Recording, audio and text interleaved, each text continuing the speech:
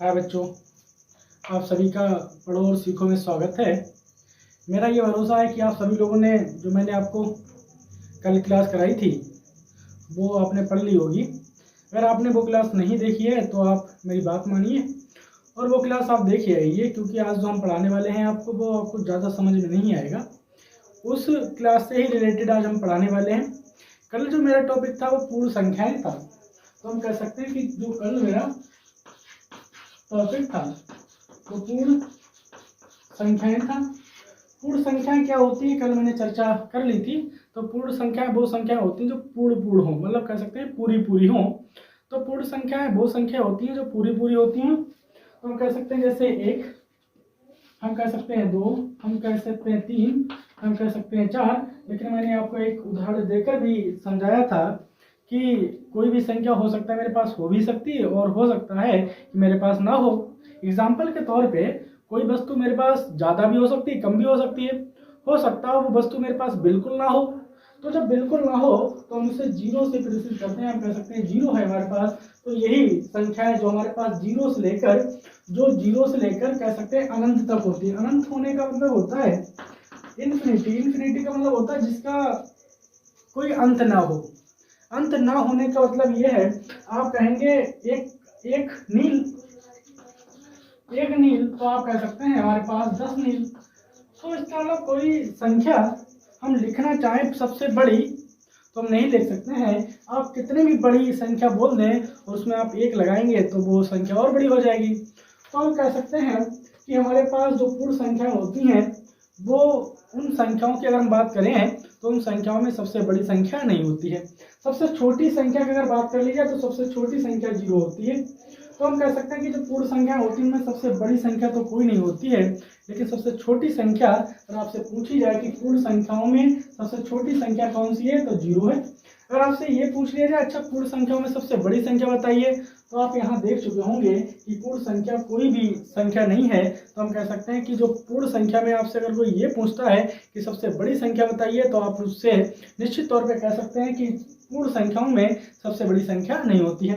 कल इसके साथ साथ मैंने आपको ये भी बताया था प्राकृतिक संख्या किसे कहते हैं। तो प्राकृतिक संख्या में अगर हम जीरो हटा दें तो ये वाली जितनी भी संख्या हो जाएंगी वो सभी की सभी मेरी प्राकृतिक संख्या हो जाएंगी।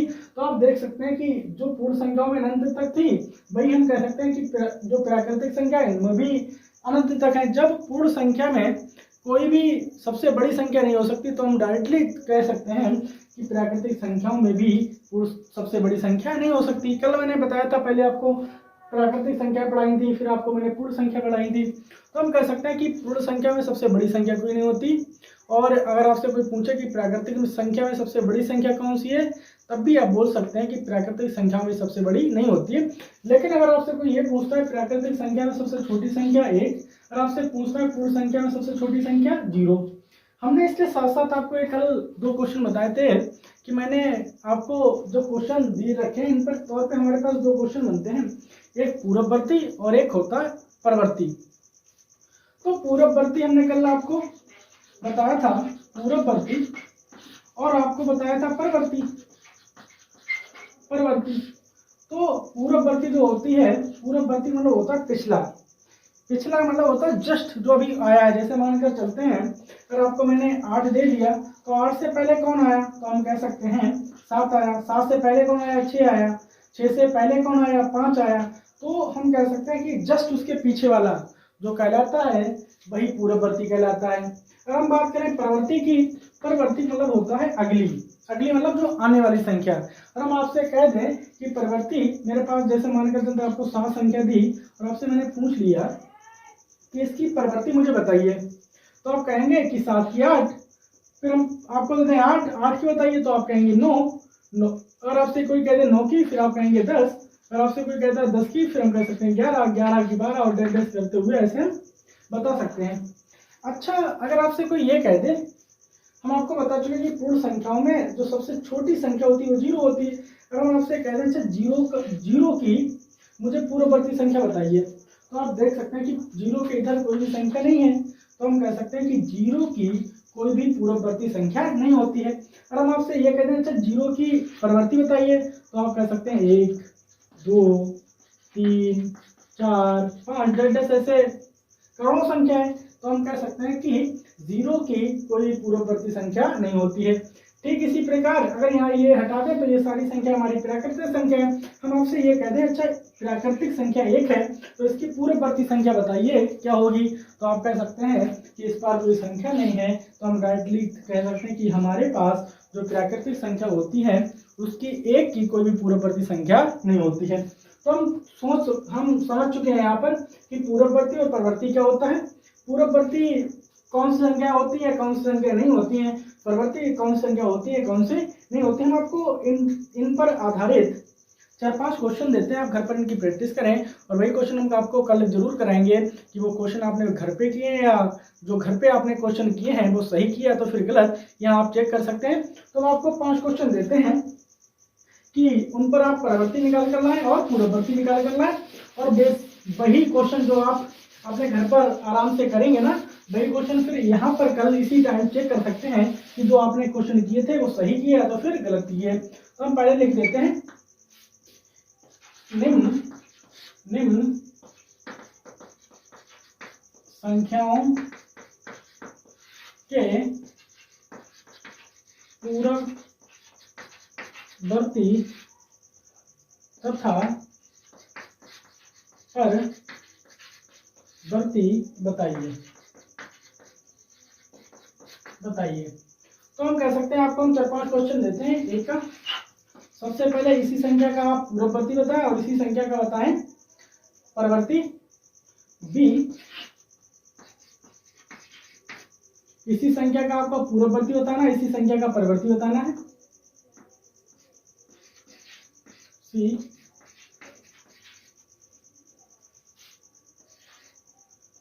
डी इसी संख्या का आपको परवर्ती बताना और इसी संख्या की परवर्ती बताना है, और इसी संख्या को कह सकते हैं आप बता सकते हैं पूर्ववर्ती। और 4 क्वेश्चन हो गए ना, 1 2 3 4, 5वां आप देखें, इसका आप बताएं और इसका आप बताएं पूर्ववर्ती और परवर्ती।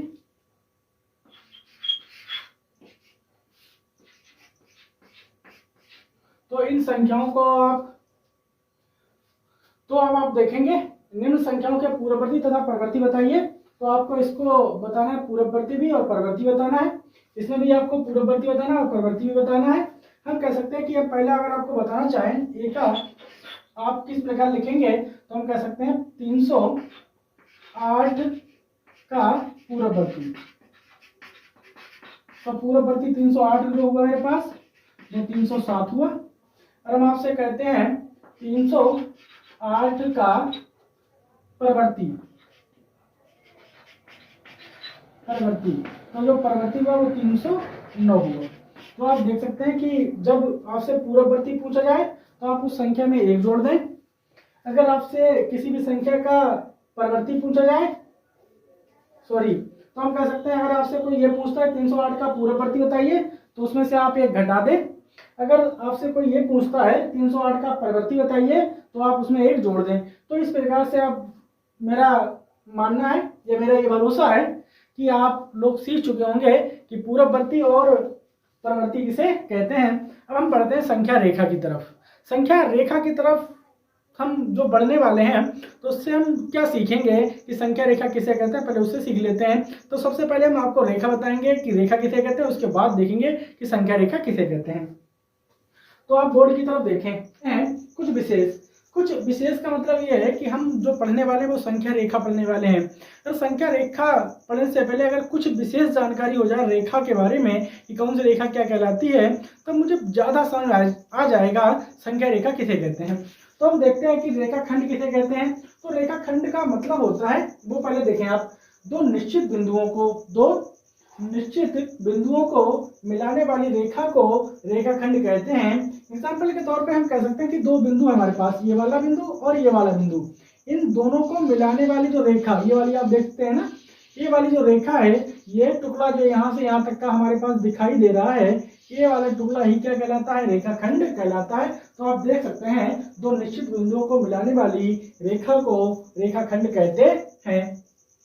आप दूसरी देखें, किरण किसे कहते हैं? फिर आपने देखा होगा, जैसे अगर आप हाई स्कूल का जब सब्जेक्ट पढ़ेंगे तो आपको महसूस होगा वहां पर कि हम कई बार, जो पहला ही टॉपिक हमारा है प्रकाश का परावर्तन, तो हम वहां पर कई बार जो यूज करते हैं शब्द वो किरण यूज करते हैं।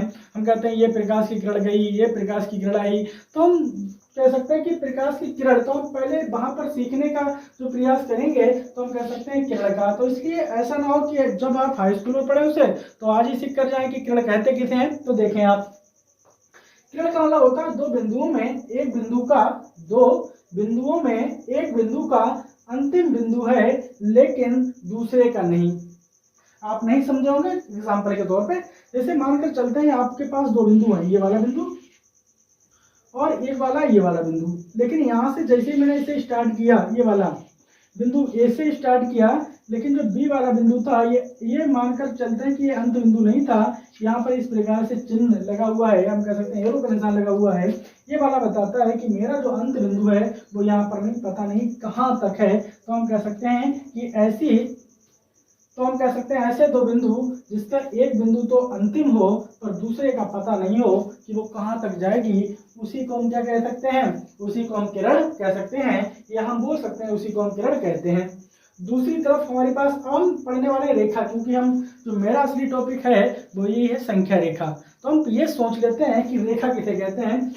जिसे दोनों तरफ अनिश्चित दूरी तक बढ़ाया जाए। अनिश्चित मतलब होता है अनंत तक बढ़ाया जाए, जहां तक तुम्हारी मर्जी हो उसे आप वहां तक बढ़ा सकते हैं। तो जहां तक आपकी मर्जी हो वहां तक आप उसे बढ़ा सकें, तो उसी को हम क्या कहते हैं? रेखा कहते हैं। एग्जाम्पल के तौर पर देखिए आप, मैं मानकर चलता हूँ आपने एक रेखा खींची और दोनों तरफ उसके इस प्रकार से एरो का निशान लगा दिया, तो हम कह सकते हैं ये वाली जो रेखा आप देख रहे हैं कि दोनों तरफ एरो का निशान लगा हुआ हो, तो ऐसी ही संख्या को हम रेखा कहते हैं। तो रेखा इसे कहते हैं। फिर संख्या रेखा किसे कहते हैं? तो हम देखते हैं कि संख्या रेखा किसे कहते हैं। आप देखें बोर्ड की, आप देखें संख्या रेखा। तो संख्या रेखा का मतलब ये है कि हम अभी तक तो सिर्फ ये पढ़ते आए हैं कि रेखा किसे कहते हैं, अब हम पढ़ने वाले ये हैं कि संख्या रेखा किसे कहते हैं। तो इसका मतलब साफ है कि अगर रेखा के ऊपर संख्याएं दर्शा दी जाएं, या हम कह सकते हैं कि रेखा के ऊपर अगर आप अंक दर्शा दें या संख्या दर्शा दें, तो हम कह सकते हैं कि वही रेखा आपकी संख्या रेखा कहलाएगी। कैसे? हम मानकर चलते हैं कि इस रेखा को मैंने कई भागों में डिवाइड कर दिया। कई भागों का मतलब है कई भागों में से तोड़ दिया। मानकर चलते एक बिंदु ये बात आप ध्यान रखना, इन बिंदुओं को आप बराबर दूरी रखें। दूसरा, तीसरा, चौथा, पांचवा, छठा, सातवां, आठवां, नौवां, 10वां और 11वां। तो आप देखेंगे कि मैंने इतनी बड़ी रेखा ली और इसके बराबर 11 टुकड़े कर दिए। तो हम कह सकते हैं कि जहां से आपने स्टार्ट किया जिसे आप 0 लिखें। जैसे हम सब लोग जानते हैं कि हम जब कोई चीज़ सीखना स्टार्ट करते हैं या कोई चीज़ हम सीखते हैं तो हम कैसे होते हैं? 0 होते हैं। तो ठीक इसी प्रकार से हम जानते हैं कि जो कोई चीज़ जब शुरू होती है तो 0 से शुरू होती है। तो हम कह सकते हैं 0, हम कह सकते हैं 1, हम कह सकते हैं 2, हम कह सकते हैं 3, हम कह सकते हैं 4, हम कह सकते हैं 5, हम कह सकते हैं 6, 7, 8, 9 और 10। तो इस प्रकार से आप देखेंगे कि हमारे पास जो बिंदु हुए वो 11 है, लेकिन जो अंक उस पर आए तो हम कह सकते हैं कि हम 0 को अगर काउंटिंग कर लें तो यही वाले पूरे 11 कहलाएंगे, लेकिन काउंटिंग हम 1 से करते हैं तो इसलिए 1, 2, 3, 4, 5, 6, 7, 8, 9 और 10। तो यहाँ पर बिंदु हमारे पास 10 नजर आ रहे हैं। हम कह सकते हैं चलो मैंने मान कर चलते हैं ये सब सीख लिया, पर हम इसको क्यों सीखें? ये भी तो रीज़न बनेगा। भाई हम कुछ चीज़ अगर सीखते हैं, जैसे मान कर चलते हैं अगर मैंने सिलाई सीखी तो हम कह सकते हैं भाई मेरे आगे रोजगार की अगर दिक्कत होगी तो हम सिलाई करके अपना रोजगार कमा सकते हैं या रोजगार को पा सकते हैं। और आप डॉक्टरी सीखते हैं तो हम कह सकते हैं आगे आपको रोजगार मिल जाएगा। तो ठीक इसी प्रकार से अगर कोई चीज़ हम सीखते हैं तो क्यों सीखते हैं? हम अच्छी तरीके से जानते हैं, हम सीखने वाले हैं संख्या रेखा है। तो संख्या रेखा को हम इसलिए सीखते हैं, कभी कभी हमारे पास दिक्कतें बहुत बढ़ जाती हैं। दिक्कतें बड़ी इसलिए जाती हैं, जैसे आपको कोई ये कहता है कि आप भाई मुझे ये बताओ 4 + 5 कितने हुए? 9 हुए। अगर कोई आपसे कहते हैं अच्छा भाई 10 और 2 कितने हुए? आप कहेंगे 12 हुआ। इसी प्रकार से अगर आपको कोई मानकर चलते हैं भूमि नापना है, हो सकता है आपको कोई जगह दे दे नापने के लिए, हो सकता है आपको कोई ये बोल दे खेत नापो, हो सकता है आपसे कोई ये कह दे भाई मेरे पास इतना बड़ा प्लाट है और उसमें से आप 2 कमरे निकाल दीजिए, तो आप किस प्रकार नापेंगे? तो आपके पास कोई एक फीता इतना बड़ा होगा नहीं। तो हम कह सकते हैं वो कई एक फीता वही होगा, लेकिन उसके कई टुकड़े हम कह सकते हैं, पहला एक फीता डालिए, फिर वही फीता दूसरा डालिए, फिर उन कई फीतों को हम आपस में जोड़ लेंगे तो एक रेखा बन जाएगी। तो मानकर चलते हैं जैसे आपने पहले 1 से लेकर 3 तक उसे नाप लिया, फिर आपने उसे फिर 3 से लेकर 6 तक उसे नाप लिया, 6 से फिर हम कह सकते हैं आपने 10 तक उसे नाप लिया। तो इसको हम किस प्रकार जोड़ें? हम कह सकते हैं कि अगर मुझे ये सारी चीजें जोड़ना हो तो हम किस प्रकार जोड़ सकते हैं? तो सबसे पहले ये बात है, संख्या रेखा पर हम ये देखेंगे चीजें कैसे जुड़ती हैं। हम इसके साथ साथ इस पर यह भी देखेंगे इसमें किस प्रकार से गुणा होती है। इसके साथ साथ हम ये भी देखेंगे इस संख्या रेखा पर प्रवृत्ति कैसी बताई जाती है, पूर्ववर्ती कैसी बताई जाती है। इसके साथ साथ हम ये भी देखेंगे इस संख्या रेखा पर घटाया कैसे जाता है।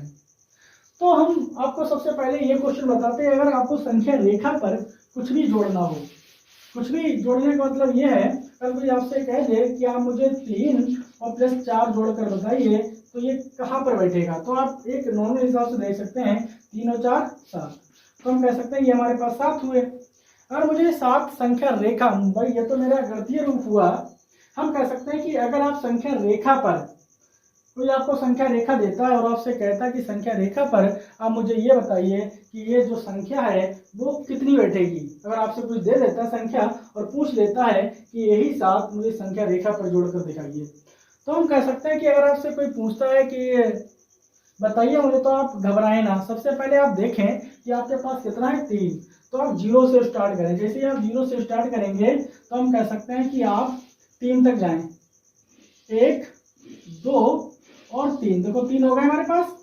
फिर मुझे 4 कदम और बढ़ना है। जैसे मानकर चलते हैं पहले आपको 3 कदम बढ़ना है, तो 1 कदम 2 कदम 3 कदम, अब आपको कितना बढ़ना है 4 कदम, तो हम कह सकते हैं 1 2 3 और 4।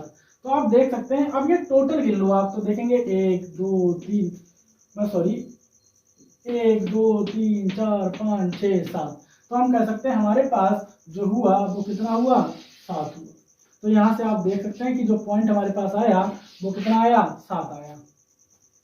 अगर कोई अच्छा आपसे ये कह देता है कि आपको एक ऐसी रेखा बतानी है जिस पर आपके पास 3 प्लस 5 और प्लस 8 ये जुड़े हुए उसमें नजर आना चाहिए, तो आप इसे नॉर्मल हिसाब से जोड़ें। तो कैसे जोड़ेंगे, 8 5 13, 13 और 3 16, तो हम ये 16 मानकर चलते हैं मैंने गणितीय रूप में जोड़ लिया। लेकिन अगर आपसे यही कह दिया जाए कि इसे संख्या रेखा पर मुझे जोड़कर बताइए कि संख्या रेखा पर हम इसे किस प्रकार जोड़ते हैं, तो आप सबसे पहले एक रेखा खींचें।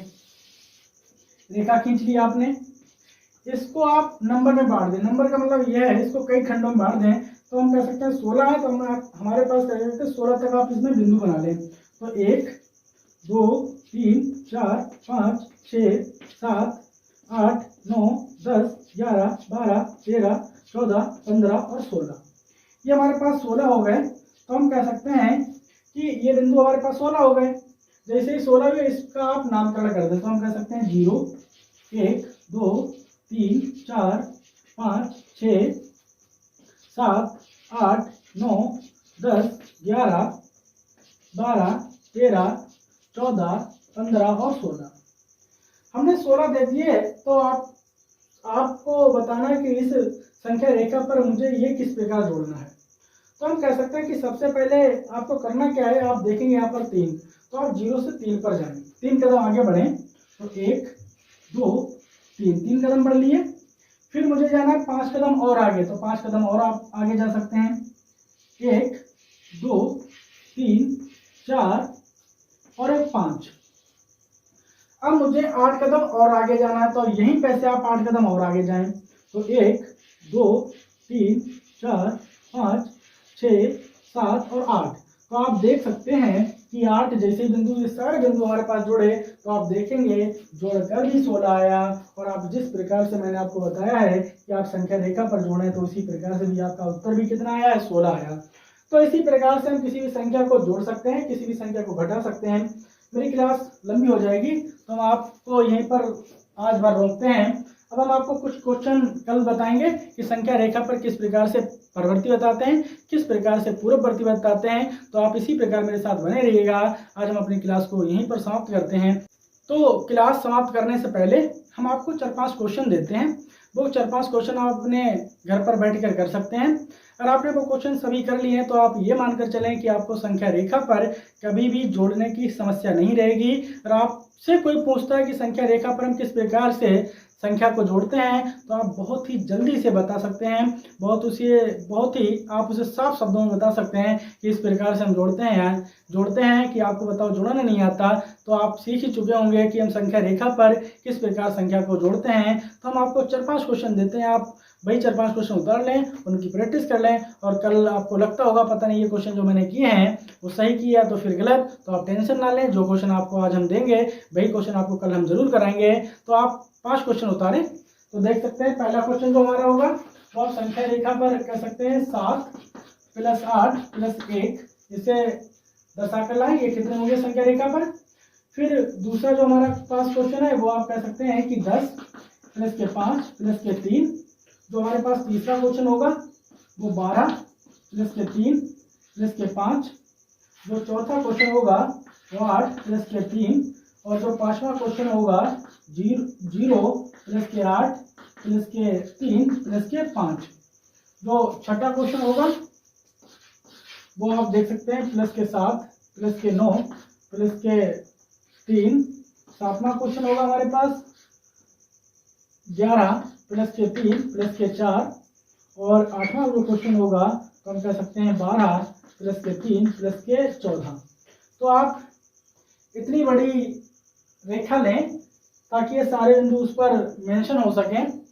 और बकाया आप देखेंगे 8 क्वेश्चन आपको मैंने दिए हैं। ये 8 क्वेश्चन आपके लिए बहुत इंपॉर्टेंट हैं। अगर आपने ये सभी क्वेश्चन अपनी नोटबुक में उतार लिए और आपने बगैर किसी सहायता से मेरी वीडियो देखने के बाद अगर आपने ये क्वेश्चन कर लिए तो आप यकीन मानिए तो आप जिंदगी में आपको कभी टेंशन नहीं रहेगी कि संख्या रेखा पर किस प्रकार से हम संख्याओं को जोड़ते हैं, किस प्रकार से हम उसे लिखते हैं।